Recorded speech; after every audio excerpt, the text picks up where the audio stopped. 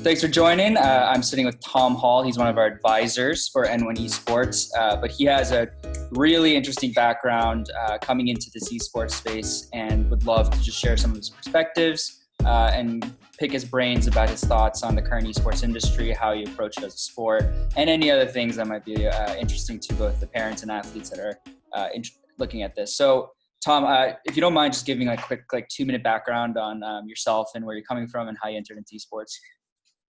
Yeah, so I joined the military shortly after high school. I spent 5 years serving in special operations as an Army Ranger.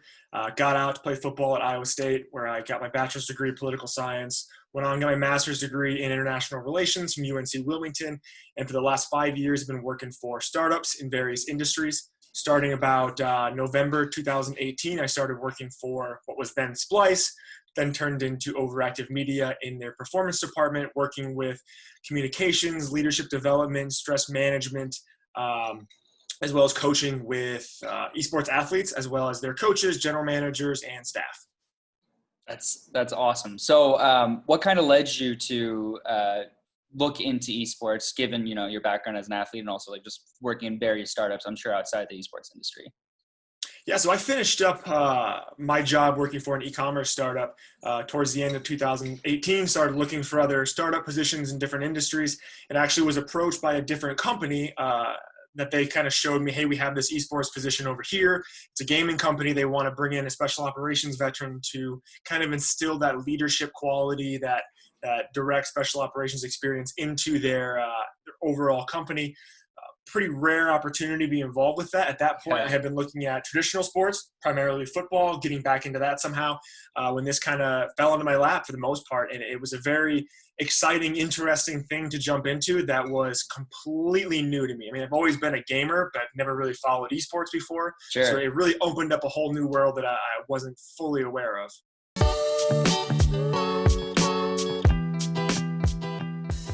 The key question that comes to mind is, you're competing at the top level for sports in general if you're playing college ball. And as you made that transition into something like esports where you weren't really, necessarily very familiar with the entire industry or how it operated, the athletes within that, can you talk a little bit about the similarities and differences that you saw between the two as both athletes within traditional sports and then working with professional athletes within esports?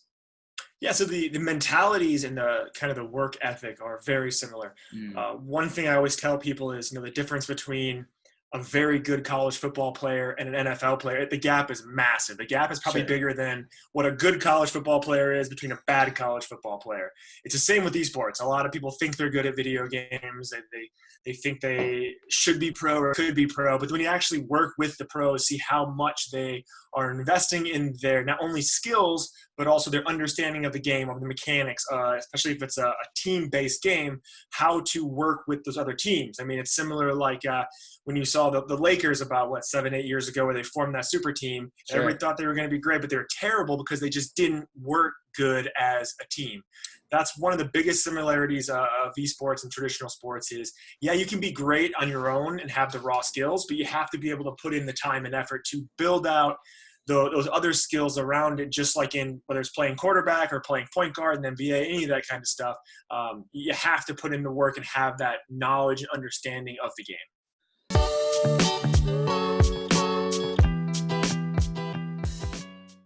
You mentioned, they're very hardworking. There's a lot of thought that's put into preparation as an esports athlete.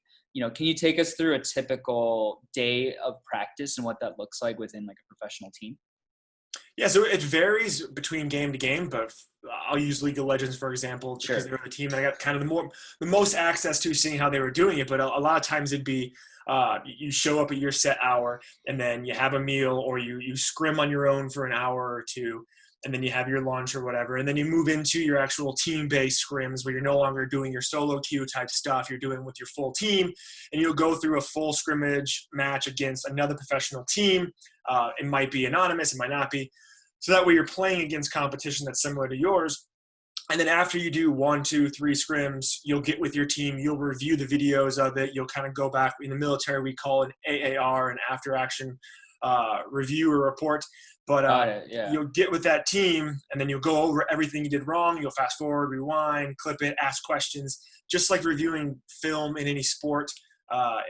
You do that probably, I'd say, for a 3-4 hour period. Have another break for whether it's physical fitness or personal time or dinner or whatever, and then you go back to it again for 3, 4, 5 hours and review it, and then you're off. And that's kind of the way they do it typically during the season. I would say a lot of teams, a lot of games do it all day, every day. It's not just like traditional sports. You don't really get that structured day off kind of schedule stuff.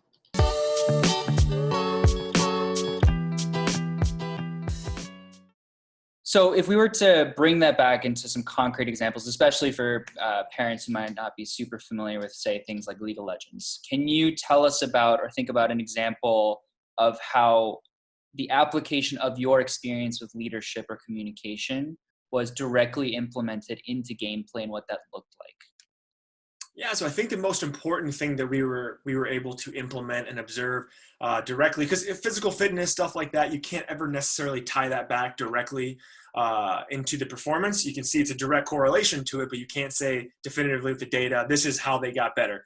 With communication, you can. So one of the biggest things we saw was when you tune into their communication, whether it's scrimmaging or playing in an actual match, a lot of talking, a lot of arguing, a lot of people repeating themselves. So if someone's saying top mid, they'll say top mid, top mid, top mid, top mid. Well, you just blocked out 4 or 5 seconds of an unnecessary communications. Right. And the way we kind of explained to them and showed them was, I had, we call it ISR video, but video from the drones or whatever overseas of an actual firefight we were in. You could hear the comms from us on the ground talking to the headquarters element, the air support, anybody above us.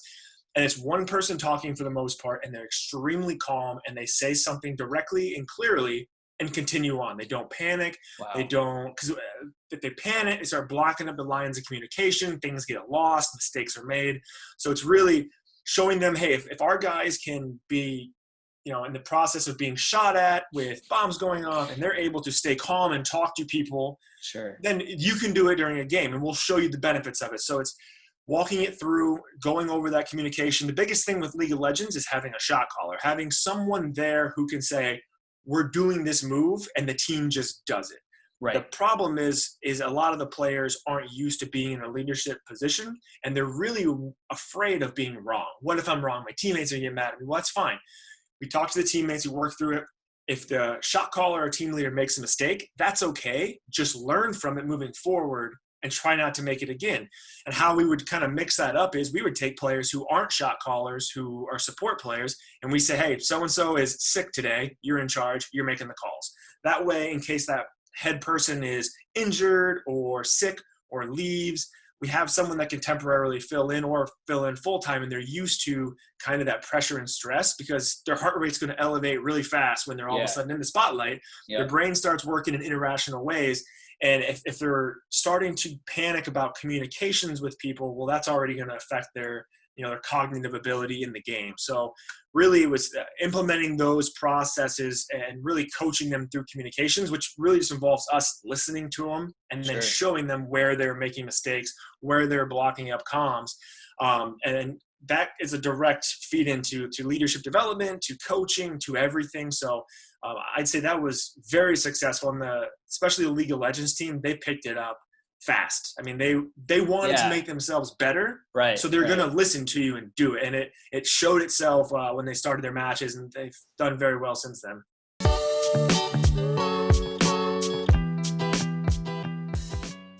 Do you have any advice for people or parents that might not be as familiar with esports, but obviously their kids love it, to help them get into it more? I would say the biggest thing for parents right now is have a growth mindset. It is taboo. It does look different. It is weird. But if you think back 100 years, card games were terrifying to parents back then. So it's kind of just been the evolution of it. It is the future. And there are so many benefits to being good at video games, to having that understanding of video games that are going to continue. I mean, the military now, especially the Army, is recruiting esports players for a wide range of reasons, because they have a positive benefit, whether it's drones or different kinds of electronics and everything else. That's their main recruiting right now is esports athletes. So really for a parent, have that growth mindset. Sit down with your kid, have them explain the intricacies and the strategies of these games. Because League of Legends, to me, I saw it as an outsider, said, got no interest in that. I don't care. Not for me. And then actually once I'm watching it and these players and coaches are breaking it down for me, giving that really high level understanding of how it works, it starts to become much more interesting. You really start to enjoy it. So I think parents really sit down, listen to your kid, watch them play it, learn the strategy behind it, because it'll make it much more enjoyable for you as a parent. But you'll also see it's not just them sitting there aggressively hitting buttons. It's them strategically running through problems in their head, probably dozens of them a second or a minute, all these different scenarios going through. It's no different than doing a puzzle or a Sudoku or anything else. It's having a very positive effect on, their social cognition, everything. So I think really growth mindset, I'm going to keep repeating it. Be adaptable. It's foreign, it's taboo. Everyone likes to think that video games cause their kids to go mindless and be violent and everything else. But man, it's the benefits of being good at gaming or understanding gaming is the same as AAU basketball or any of those other things. It's on a video game console instead of on a court. So awesome. Well, Tom.